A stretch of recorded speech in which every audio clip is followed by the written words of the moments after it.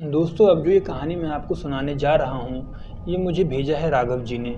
जिस दुर्घटना के बारे में ये बताने जा रहे हैं, ये 1990 की घटना है। और ये बताते हैं कि उस घटना में मैं तो नहीं था, पर मेरे 5 दोस्त वहाँ पर थे। ये घटना कर्नाटक के एक छोटे से गांव की है।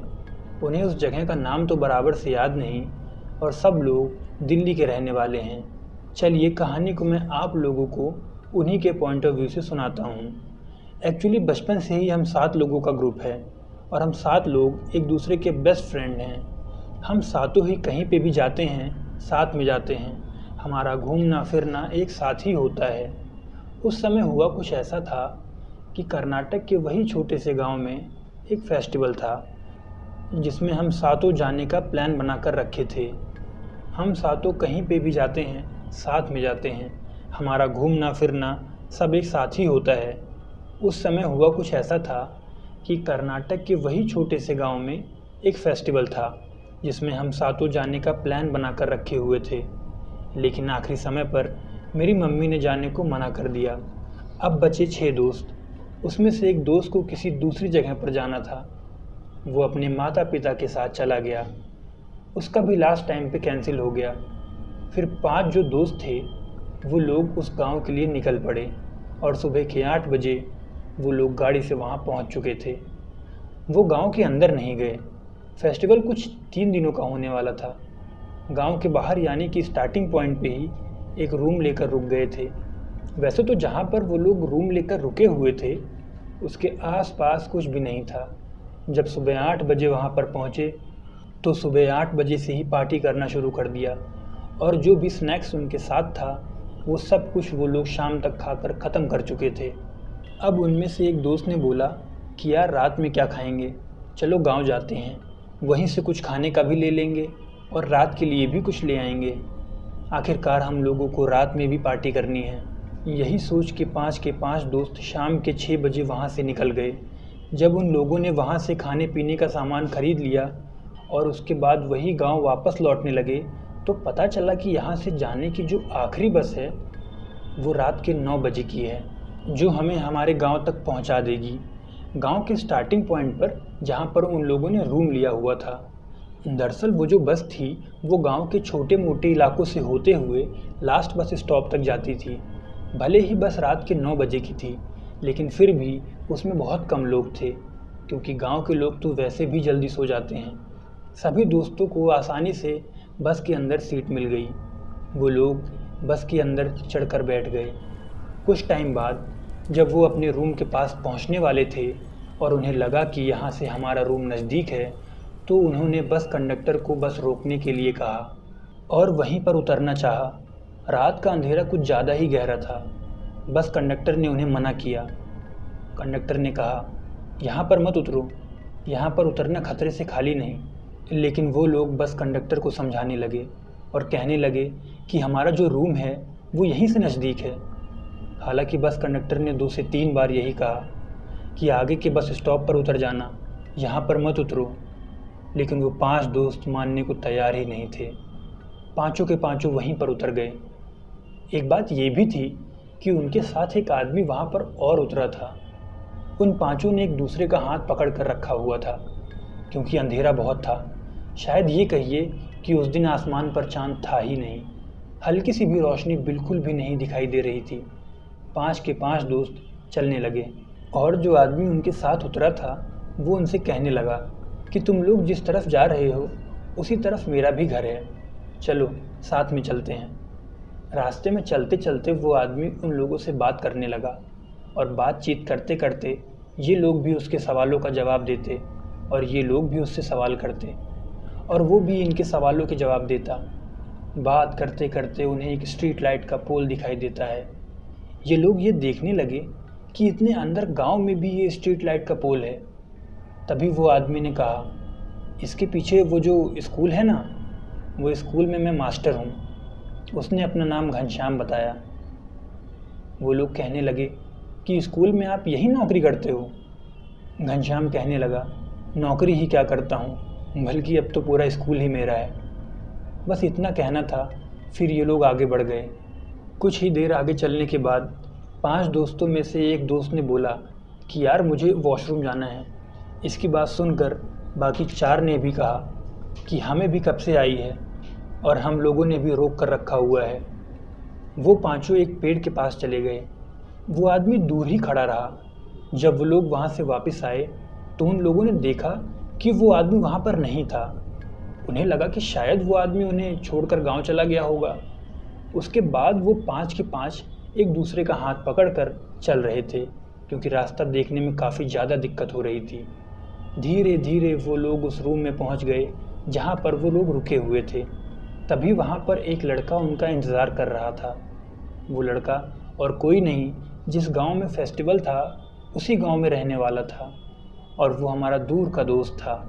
वो उन पांचों को लेने आया हुआ था और बहुत ही ज़्यादा टेंशन में लग रहा था। वो पांचों को देखकर कहने लगा कि मुझे बस स्टॉप से पता चला कि तुम लोग बीच रास्ते में ही उतर गए हो और तुम लोग यहाँ पर रुके हुए हो। सब कुछ ठीक तो है ना? किसी को कोई चोट तो नहीं आई? पांचों के 5 एक ही बात कहने लगे, सब कुछ ठीक है, लेकिन तू इतना टेंशन में क्यों है? वो कहने लगा कि बस तुम लोग ठीक हो, यही भगवान का लाख लाख शुक्र है। ये रास्ता बिल्कुल भी ठीक नहीं है, ये रास्ता बहुत ही ज़्यादा खतरनाक है। इसके बाद उन लोगों ने कहा कि हमें रास्ते में एक स्कूल मास्टर मिला था। उनकी ये बात सुनकर वो लड़का पांचों की शक्ल देखने लगा और कहने लगा कि कौन स्कूल मास्टर? वो लोगों ने बताया कि रास्ते में एक स्कूल पड़ता है, उसका स्कूल मास्टर मिला था। घनश्याम नाम था उसका। बता रहा था कि वो वहीं पर काम करता है। तभी ही वो लड़का उन पांचों को बाहर लेकर निकल गया और स्कूल की तरफ गया, जो कि कुछ ही दूरी पर था। कहने लगा ये स्कूल है। वो 5 के 5 लड़के यानी कि मेरे दोस्त देखकर हैरान रह गए, क्योंकि अब वो स्कूल टूटा फूटा एकदम खंडहर जैसा दिख रहा था, जो कि रात में एकदम नए जैसा था। उसके बाद लड़के ने बताया कि उस स्कूल का जो मास्टर था, जिसके बारे में तुम लोग बात कर रहे थे, वो 10 साल पहले मर चुका है। यहाँ पर कभी कोई उसके बाद नहीं आया। फिर रात के समय जो कोई भी इस रास्ते से गुज़रता है वो बेमौत मारा जाता है। ये सुनने के बाद वो लोग और ज़्यादा डर गए कि यार ये क्या हो गया। इसके बाद उस लड़के ने बताया कि शुक्र है तुम लोग ज़िंदा हो। उनमें से यानी कि 5 दोस्तों में से जो एक लड़का था वह ब्राह्मण था, जो हमेशा हनुमान जी की मूर्ति को अपने साथ रखता था। शायद वो लोग इसीलिए बच गए थे, क्योंकि उन सब ने एक दूसरे का हाथ कसकर बराबर पकड़ कर रखा था। लेकिन जब ये बात उन 5 लड़कों ने सुनी, उनमें से एक लड़का वहीं बेहोश होकर गिर गया और पूरी रात वो बेहोश ही था। लोग उसे बहुत होश में लाने की कोशिश कर रहे थे, लेकिन उसे होश ही नहीं आ रहा था। जैसे तैसे उस गांव से यानी कि उस गांव के घर से अपने घर लाया गया। पूरे 7 दिन तक वो बेहोश ही था। उसके बाद उसे बालाजी टेम्पल लेकर जाया गया, जहाँ पर जाते ही उसे होश आ गया।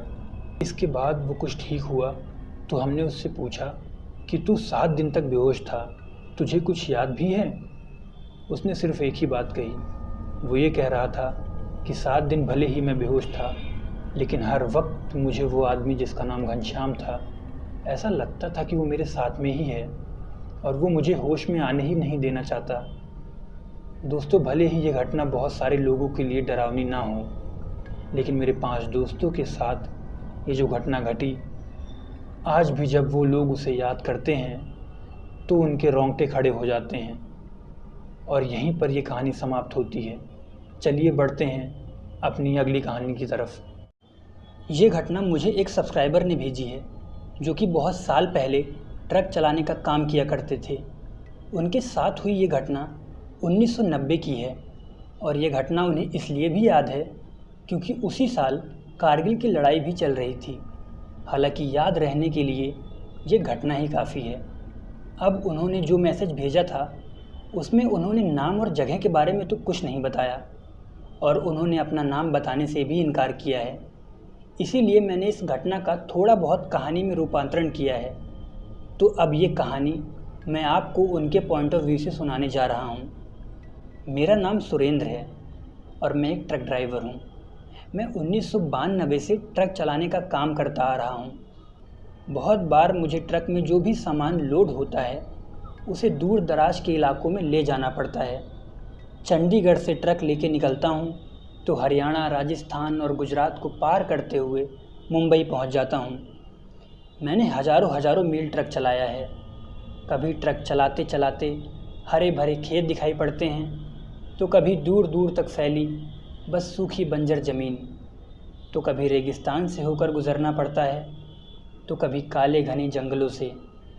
और फिर ऐसे सफ़र के दौरान कभी कभी हमें ऐसी चीज़ें नज़र आ जाती हैं जो कि हमारी समझ के बाहर हैं। वैसे मुझे ऐसा सफ़र करना अच्छा लगता था। सुनसान सूखी सड़कें हमारे लिए हमेशा ही इंतज़ार कर रही होती थीं। हम ट्रक ड्राइवर एक सफ़र में कितने नज़ारे और मौसम देख लेते हैं। हालांकि उम्र की वजह से मैं आज ट्रक नहीं चला पाता, लेकिन मुझे ट्रक ड्राइवर की ज़िंदगी अच्छी लगती थी। पर वो इतना आसान भी नहीं था। कभी पुलिस का डर तो कभी लुटेरों का डर। और एक चीज़ है जिसका हमें हमेशा ही डर लगा रहता था, लेकिन जब तक हमारा उस चीज़ से सामना नहीं हो जाता था असली डर का एहसास नहीं होता था। कब किसी रास्ते पर भूत प्रेत आत्माओं से सामना हो जाए ये कह नहीं सकते थे। हम कब किस हादसे का शिकार बन जाएं ये बता नहीं सकते थे। हमारे लिए सड़कों का सफ़र हमेशा ही खतरों से भरा रहता था, पर रुकना हमें मंजूर नहीं। किसी भी हालत में हमें चलते ही रहना रहता था। जिस दिन वो हादसा हुआ था उस दिन मैं दोपहर 2 या 3 बजे के करीब ट्रक लेकर एक जगह से निकला था। मेरे साथ एक नया लड़का क्लीनर के तौर पर काम कर रहा था। उसका नाम राम नरेश था। वो नया था तो ज़्यादा घुल मिलकर बात नहीं करता था, ज़्यादातर शांत और चुपचाप ही रहता था। शायद उसे वो काम पसंद नहीं था और घर वालों की वजह से वो ज़बरदस्ती ये काम कर रहा था। अब उस दिन ट्रक चलाते चलाते मुझे बहुत टाइम हो गया था। रात में 9 बज गए थे तो हमने रास्ते में एक ढाबे पर ट्रक को रोक दिया और वहीं खाना खा लिया। और फिर खाना खाने के बाद हम वहाँ से आगे के सफ़र पर निकल पड़े। मैंने नरेश से पूछा, तुसी की सोच रहे हो? तो नरेश ने मेरी तरफ बिना देखे जवाब दिया, कुछ नहीं। मैंने उसे समझाने की कोशिश की कि ज़िंदगी ऐसी ही होती है। हमें हमेशा वो नहीं मिलता जो हम चाहते हैं। जैसे इन सुनसान सड़कों का सफ़र होता है, बिल्कुल वैसी ही ज़िंदगी होती है, कभी हरी भरी तो कभी बंजर। पर वो बस चुपचाप बैठ मेरी बातें सुन रहा था।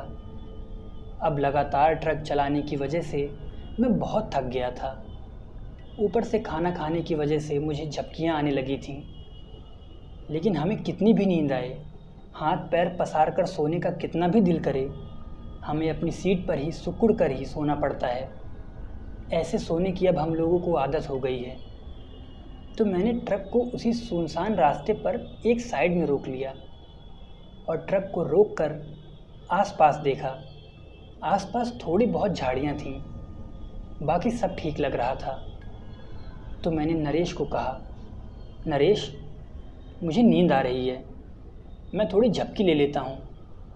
कुछ भी गड़बड़ लगे तो मुझे उठा देना और मुझसे पूछे बिना गाड़ी के दरवाजे मत खोलना। और इतना कहकर ही मैं स्टीयरिंग पर अपना ही सर रख कर सो गया। मुझे बस थोड़ी सी नींद पूरी करनी थी। पर मुझे सोए हुए बस कुछ ही देर हुए थे कि मुझे नरेश की चिल्लाने की आवाज़ आई, पाजी पाजी। मैं उसकी आवाज़ सुनकर जाग चुका था, पर अब भी थोड़ी नींद में था। तो मैंने नींद में ही उससे पूछा कि की होया नरेश? उसने अपने हाथ से सामने इशारा करते हुए मुझे कुछ दिखाने की कोशिश की। पाजी वहाँ पे। मैंने सामने देखा तो बाहर मुझे कुछ भी नज़र नहीं आ रहा था। तो मैंने कहा, वहाँ पे क्या? वहाँ पे तो कुछ नहीं है। तो नरेश ने कहा, मैंने किसी को देखा, वो वही था। जब उसने ऐसा कहा तो मैं उठकर अपनी सीट पे सही से बैठ गया। सोचा कहीं आसपास लुटेरे हो सकते हैं। अपने चेहरे पर थोड़ा पानी मारा और ट्रक को वहाँ से थोड़ा आगे ले जाने लगा। तब मैंने नरेश से पूछा, क्या देखा था तुमने? उसने कहा कि एक औरत थी शायद, और वो रास्ते के बीचों बीच खड़ी होकर मुझे घूर रही थी, और इसीलिए मैंने आपको जगाया। पर जब मैं आपको जगाने की कोशिश कर रहा था कि वो अचानक ही गायब हो गई। तो मैंने उससे कहा कि कोई बात नहीं, ये लुटेरे होते हैं जो ऐसा कुछ कर हमारा ध्यान भटकाने की कोशिश करते हैं। अच्छा हुआ कि तुमने मुझे जगा दिया, और मैं ट्रक को लेकर वहाँ से निकल गया। थोड़ा आगे जाने के बाद कुछ ही देर पर मुझे रास्ते के बीचों बीच एक औरत खड़ी दिखाई दी। मैंने 2-3 बार उसे हॉर्न दिया, पर वो हटने का नाम ही नहीं ले रही थी, और मैं ट्रक को रोक पाता तब तक वो अचानक से ही गायब हो गई और सीधे ट्रक के सामने आकर खड़ी हो गई। मैं ट्रक को रोक भी नहीं पाया था और ट्रक उसे कुचल कर आगे निकल गया। मुझे तो कुछ समझ ही नहीं आया कि ये सब अचानक हो क्या गया। मुझे लगा कि नींद की वजह से मैं उस औरत को देख नहीं पाया और ट्रक के नीचे कुचल दिया। वो देख नरेश तो बहुत घबरा गया था और डर के मारे वो कांपने लगा था। पाजी, पाजी, ये क्या हो गया? मैंने उसे शांत करते हुए कहा, नरेश शांत रहो, सब कुछ ठीक होगा, तू यहीं रुक, मैं चेक करके आता हूँ। पर नरेश डर के मारे ट्रक के कैबिन के कोने में सिकुड़ कर बैठ गया था। मैंने नीचे उतरने से पहले सब तरफ ठीक से देखा, पर आसपास मुझे कोई भी खतरा नज़र नहीं आ रहा था। तो मैंने वहीं पड़ी एक टॉर्च ली और ट्रक से नीचे उतर गया। नीचे उतरकर मैंने ट्रक के सारे पहियों को देखा, पर किसी भी टायर के नीचे कुछ भी नहीं था। ना किसी की लाश थी और ना ही कहीं खून नज़र आ रहा था। सब चेक करके मैं फिर से अपनी सीट पर वापस चला गया। नरेश वहीं अपनी जगह पर ही था, पर अब वो आराम से सीधा बैठा हुआ था। जो नरेश कुछ देर पहले डर के मारे काँप रहा था, वो अब एकदम से नॉर्मल लगने लगा था। मैंने स्टीयरिंग को संभालते हुए उससे कहा, सब चंगा सी, कहीं कुछ भी नहीं है। पर उसने मेरी बात का कोई जवाब नहीं दिया और ना ही मेरी तरफ देखा। तो मैंने ट्रक को स्टार्ट किया और मैं ट्रक को चलाने लगा। पर जैसे ही ट्रक आगे चलने लगा, मुझे नरेश की आवाज़ सुनाई दी, ट्रक को रोक दो, मुझे यहीं पर उतरना है। मैंने नरेश से पूछा, ये क्या बात कर रहे हो नरेश? तो उसने फिर गुस्से में कहा, मैंने कहा ना कि ट्रक को रोक दो, मुझे यहीं उतरना है। मुझे उसकी वो आवाज़ और उसका वो बर्ताव बहुत ही अजीब लगा, लेकिन फिर भी मैंने ट्रक को रोक दिया। मैं उससे पूछना चाहता था कि वो ऐसे क्यों बात कर रहा है, पर जैसे ही मैंने ट्रक को रोका, नरेश सीधे ट्रक से नीचे उतर गया। मैंने फिर उसकी सीट के पास बाहर की तरफ झुक कर देखा तो नरेश उसी रास्ते पर पीछे चलता चला जा रहा था। वो देख मैंने उसे वहीं से आवाज़ दी, नरेश, नरेश, इतने अंधेरे में कहाँ जा रहे हो? पर नरेश ने मेरी बात का कोई जवाब नहीं दिया और वो बस रास्ते पर पीछे पीछे चलता चला जा रहा था। वो देख मैं भी ट्रक से नीचे उतर गया और उसे आवाज़ देते हुए उसके पीछे पीछे जाने लगा, लेकिन वो न पीछे मुड़कर देख रहा था और ना ही मेरी बात का कोई जवाब दे रहा था। अब मुझे भी थोड़ा डर लगने लगा था, क्योंकि वो ट्रक को छोड़कर पीछे बहुत दूर चला गया था और तब मेरे पास ऐसा कुछ नहीं था जिससे मैं अपनी रक्षा कर सकूं। लेकिन तब मेरा ध्यान रास्ते पर गया। जैसे जैसे नरेश आगे बढ़ रहा था, रास्ते पर उसके पैरों के निशान बनते चले जा रहे थे। उसके पैर लाल लाल खून से सने हुए थे। मैंने फिर से उसे आवाज़ दी, नरेश रुक जा, आगे खतरा हो सकता है। ऐसा कहते ही नरेश अपनी जगह पर रुक गया और उसने पीछे मुड़कर मेरी तरफ देखा। वो एकदम चुपचाप और सीधा खड़ा था। उसमें इंसानों जैसी कोई भी हलचल नज़र नहीं आ रही थी। उसकी आंखें किसी मुर्दा इंसान की तरह खुली की खुली थीं। मुंह खुला हुआ था और वो बस सीधा खड़ा था। मैं उसके पास चला गया और थोड़ा चिल्लाते हुए बोला, पागल हो गए हो क्या नरेश? खुद भी मरोगे और मुझे भी मरवाओगे? चलो ट्रक के पास चलो। और मैं उसके हाथ को पकड़कर उसे खींचते हुए वापस ले जाने लगा। पर अचानक ही उसके चेहरे का रंग बदलने लगा था और उसने बहुत ही अजीब और डरावना मुंह करते हुए अपने हाथ से मेरे पैरों की ओर इशारा किया। मैंने अपने पैरों की ओर नीचे देखा और नीचे देखते ही मेरी धड़कन रुक सी गई। मैं एक लाश पर खड़ा था। वो किसी औरत की लाश थी।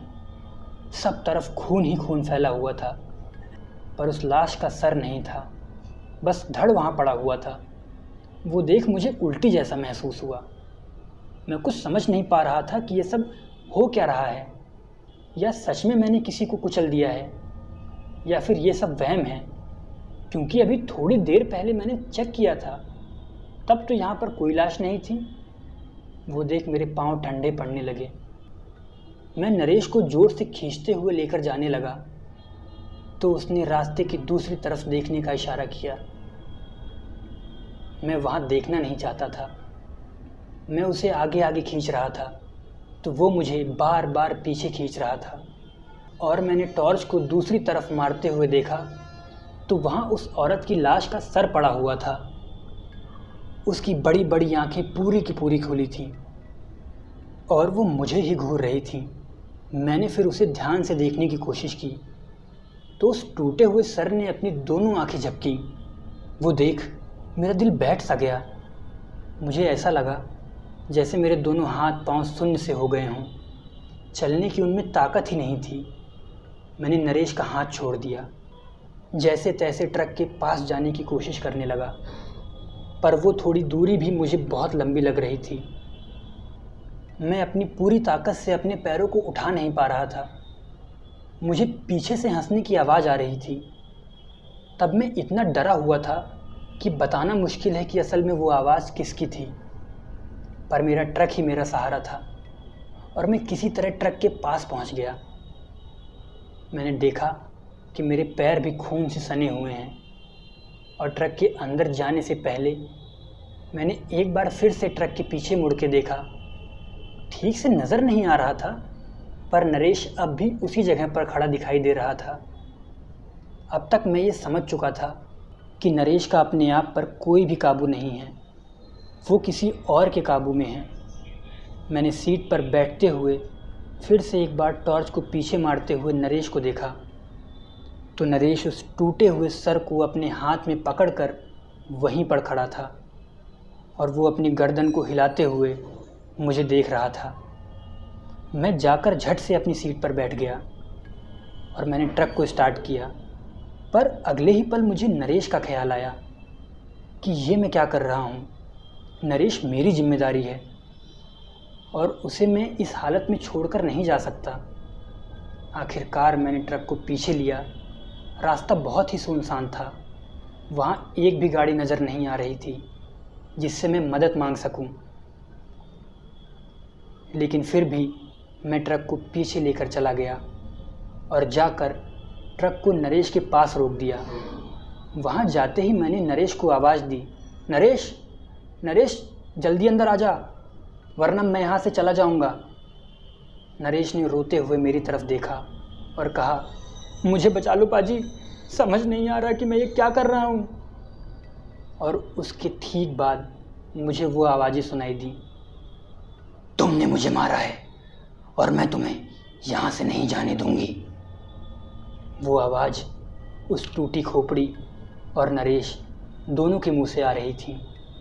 वो आवाज़ सुन मेरी हालत और ख़राब हो गई। मैंने वहाँ पड़ी एक रस्सी उठाई और हिम्मत कर सीधा नीचे उतर गया। मुझे देखकर नरेश उस टूटे हुए सर को लेकर वहाँ से भागने लगा, पर किसी तरह मैंने उसे वहाँ पर रोक दिया और उसी रस्सी से उसके हाथ पैर बांध दिए और उसे अपनी पीठ पर उठाकर ले जाकर ट्रक में डाल दिया। पर वो चीज़ अब भी उस पर सवार थी। वो अब भी अजीब आवाज़ में बात कर रहा था। पर मैं एक बात जान चुका था कि मुझे मेरी और उसकी जान बचानी है। हिम्मत से काम लेना होगा और मैं बिना उसकी ओर ध्यान दिए ट्रक को चलाने लगा। उस जगह को छोड़ आगे जाने के बाद नरेश बेहोश सा पड़ा रहा। उसकी तबीयत खराब होती जा रही थी। मैं बस आसपास अस्पताल ढूंढ रहा था कि कहीं उसे दिखा सकूं, पर वो बहुत ही दूर दराज का सुनसान इलाका था। कुछ देर बाद उसे थोड़ा सा होश आया कि मैंने उससे पूछा, नरेश तुम ठीक हो? तो उसने बेहोशी की हालत में जवाब दिया, मैं ठीक हूँ पाजी, मैं ठीक हूँ। मैंने तब उसके हाथ पैर खोल दिए और उसे बस अपना ख्याल रखने और जगते रहने को कहा। पर तब वो मुझे कह रहा था कि उसका बदन अंदर से जल रहा है। मैंने कहा, बस कुछ ही देर और नरेश, हम कोई ना कोई हॉस्पिटल जल्द ही पहुंच जाएंगे। उसके कुछ देर बाद नरेश वहीं पीछे लेट गया, जैसे उसके अंदर की ताकत धीरे धीरे ख़त्म हो रही थी। मैंने सामने देखा कि सुबह होने वाली थी। हल्का हल्का उजाला आसमान में फैल रहा था और तब नरेश ने मुझसे कहा, पाजी मुझे बहुत तेज़ प्यास लगी है, मुझे पानी चाहिए। मैंने झट से ट्रक को उसी जगह पर रोक दिया और पास पड़ी पानी की बोतल से पानी पिलाया। पर यह आखिरी बार था। जैसे ही मैंने उसे पानी पिलाया, उसने उसी जगह पर दम तोड़ दिया। नरेश को दम तोड़ता हुआ देख मेरा दिमाग एकदम सुन्न हो गया। आंखों से बस आंसू बह रहे थे। बहुत देर तक मैं बस उसे देख रहा था कि शायद अचानक वो उठकर बैठ जाए, अचानक वो मुझसे बात करने लगे। पर वो ऐसा नहीं था। वो पहले भी शांत था, चुपचाप था और आज भी शांत और चुपचाप है। ये मेरी गलती थी। मैं अगर सही जगह गाड़ी रोकता तो हमारे साथ इतना बड़ा हादसा नहीं होता। उस गलती की मैंने, या फिर सही कहूँ तो नरेश ने बहुत बड़ी कीमत चुकाई थी और इसीलिए मैं किसी को मेरे बारे में बताना नहीं चाहता, क्योंकि उस हादसे को याद कर आज भी मुझे नरेश का वो मासूम चेहरा मेरी आंखों के सामने आ जाता है। दोस्तों, ये दोनों कहानियाँ सच्ची घटनाओं पर आधारित थीं। आपको ये कहानी कैसी लगी, आप हमें कमेंट करके बता सकते हैं। मिलते हैं अपनी अगली वीडियो में।